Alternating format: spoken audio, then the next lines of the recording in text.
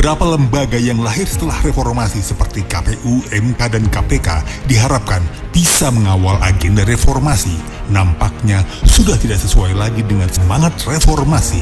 Semua lembaga-lembaga tersebut yang semestinya bersifat independen dan bebas dari pengaruh kekuasaan manapun menjadi terintervensi dengan kepentingan-kepentingan penguasa atau partai penguasa. Setelah reformasi memasuki waktu lebih dari 20 tahun, yang terjadi justru KPU sulit untuk menjadi lembaga yang bisa diandalkan melaksanakan pemilu yang jujur dan adil.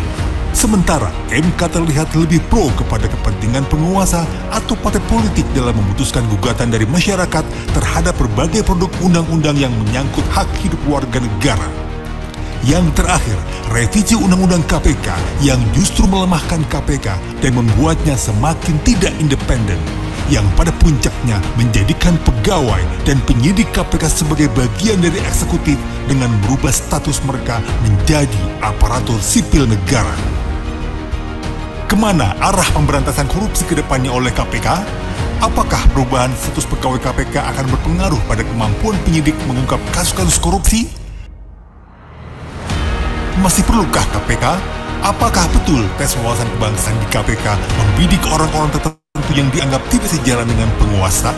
Dan segudang pertanyaan yang mengikuti kemulu di KPK.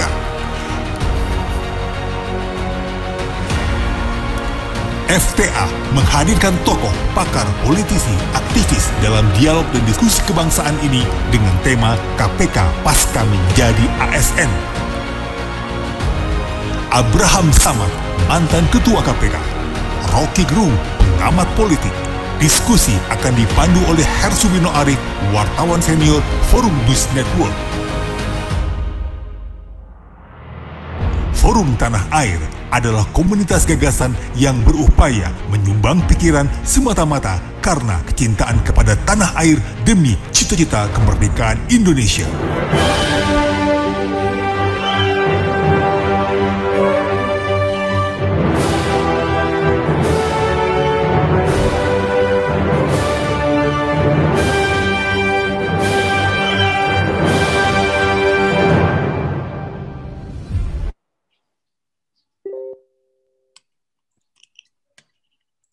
Silakan Mas Herku.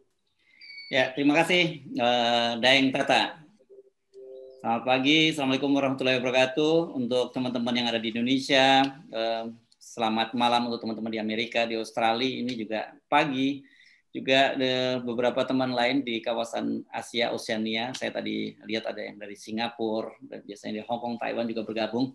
Sementara di Eropa ini kelihatannya masih banyak yang belum bangun ya, masih dini hari di Eropa. Ini perlu kita pertimbangkan lagi nih, Daeng Tata, untuk soal waktunya, karena kalau terlalu pagi juga untuk Indonesia ini banyak orang yang kemudian menunda nih waktu olahraganya. Termasuk Anda kelihatannya. Iya, saya sudah menyempatkan olahraga tadi pagi ya. Jadi alhamdulillah segar, ya, cuman memang belum terlalu afdol. Tapi kita hari ini merupakan perdana ya setelah Idul Fitri. Jadi tidak lupa saya ingin mengucapkan permohonan maaf lahir dan batin untuk seluruh teman-teman yang tergabung dalam Forum Tanah Air. Taqabbalallahu minna wa minkum taqabbal ya karim. Mudah-mudahan semua amal ibadah kita diterima Allah Subhanahu wa taala. Dan satu hal lagi yang paling penting buat kita adalah buat kita selalu tidak pernah berhenti berharap Indonesia jauh lebih baik. Ini Daeng Tata lagi kebetulan ada di Indonesia ya. Kalau lihat rumahnya ini kayaknya sudah di Sulawesi Selatan. Betul ya? Belum. Saya masih belum. Saya dipanggil teman diundang teman weekend di daerah Ciawi ya. Oh oke. Dekat dengan Bung Rocky Gerung ya. Kemarin mungkin bagi teman-teman tadi juga yang sudah sempat nonton Rocky Gerung Official, sempat lihat perbincangan kita dengan Daeng Tata. Kita hari ini akan ngobrol berkaitan dengan KPK pasca revisi undang-undang dan juga TWK. sebenarnya saya dengan Bung Rocky kemarin sudah menyampaikan kita kayaknya akan nggak bahas lagi KPK. Kita malah udah lupa kalau ada KPK sebenarnya. Tapi karena ada kepentingan dengan teman-teman diaspora di Amerika, jadi kita anggap bisa ini backdate lah ya. Seperti juga tes TWK juga katanya ada perjanjiannya backdate juga itu antara BKN dengan KPK. Kita nanti akan undang salah satu narasumber yakni mantan Ketua KPK Abraham Samad. Ini sangat menarik soal Pak Abraham Samad ini karena kemarin kalau Anda sempat nonton channel YouTube-nya Universitas Gadjah Mada, juga channel YouTube saya Heris Beno Point, Pak Mahfud MD menyinggung nama Abraham Samad, cerita tentang perseteruannya dengan Budi Gunawan. Pada waktu itu Pak Mahfud menyatakan ini jangan dikutip, tetapi sebenarnya sudah itu dipublish di YouTube-nya UGM. Jadi sebenarnya publik bisa menonton apa yang disampaikan oleh Pak Mahfud MD. Ini lucu, jadi off the record, tetapi itu live gitu. Jadi, nah hati-hati nih kalau kita mau ngomong off the record, jangan live gitu. Kita nyapa dulu Bung Rocky dan kita ajak kembali pagi ini seger banget, hijau di kawasan Sentul. Mudah-mudahan hati kita sedamai suasana di Sentul. Selamat pagi, Bung Rocky. Pagi. Ya, asik. Teman-teman ya. Di benua masing-masing. Oke, suasananya segar, tapi kita jadi teringat kacang rebusnya nih. Bung Rocky, mungkin Anda bisa update lah, karena kita kemarin sebenarnya sudah menyampaikan ucapan rest in pieces untuk KPK, tapi tetap butuh teman-teman di luar negeri perlu update tentang bagaimana sebenarnya kita menyikapi soal KPK ini dan bagaimana masa depan bangsa ini after KPK. Kalau saya update nanti KPK bangkit lagi ntar. Padahal kita ingin KPK itu jadi monumen dari pembusukan politik. Sebetulnya itu tuh. Kemarin saya ngobrol dengan seorang teman dari sebuah benua, dia tanya bagaimana keadaan. Saya bilang keadaan kita tuh 3B. Bonyok, bego, dan bangkrut. Biasanya kita 3M tuh. Karena seluruh fasilitas yang disediakan oleh sejarah untuk menghasilkan ulang Indonesia akhirnya dibatalkan oleh mereka yang sekarang sedang berkuasa. Jadi sejarah menyediakan jalan untuk menghidupkan ide Indonesia. Tapi sejarah tiba dan menemukan tokoh-tokoh yang sebetulnya tidak paham tentang arah bangsa itu. Jadi itu sebetulnya yang terjadi. Dan yang bangkrut sebenarnya bukan sekedar KPK itu. Yang bonyok bukan sekedar KPK. Yang bego bukan sekedar KPK. Tapi juga institusi-institusi publik yang lain. Universitas juga bonyok, kehidupan akademis juga bonyok. Kemarin Ibu Mega dilantik sebagai guru besar, dan semua orang justru mengolok-olok. Kan ini pertanda ada yang patah di dalam kehidupan sosial kita tuh. Mestinya orang mengucapkan selamat. Saya masih kasih kritik, tapi sambil mengucapkan selamat sama Ibu, buat Ibu Megawati dengan Bung Heris Beno Arif. Tetap kritik mesti diberikan. Tapi kalau saya lihat meme-nya, itu gila tuh. Jadi buat apa sebuah penghormatan berujung pada penghinaan? Kan ini yang terjadi.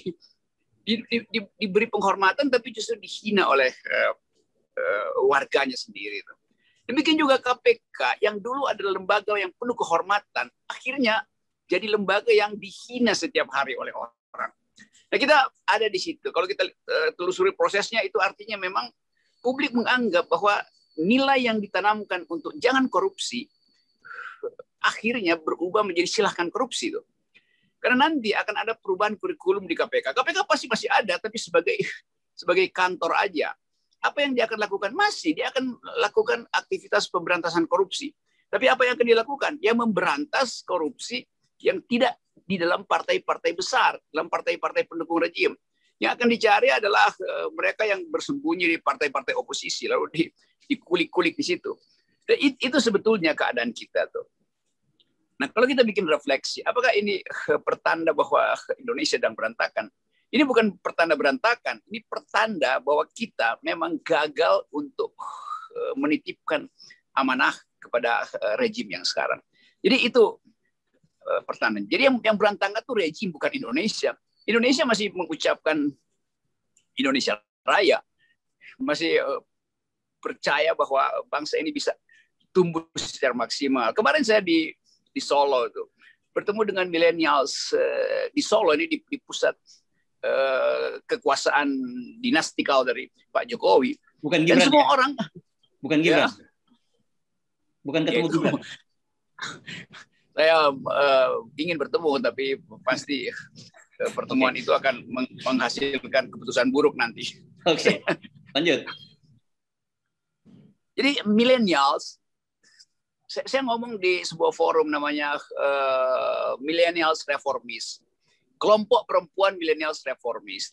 Rata-rata mahasiswa, ada yang baru lulus, ada yang baru mulai masuk ke S2, lagi nulis disertasi, nulis tes, dan semua mengeluhkan hal yang sama. Dan saya simpulkan bahwa memang kita lagi bonyok.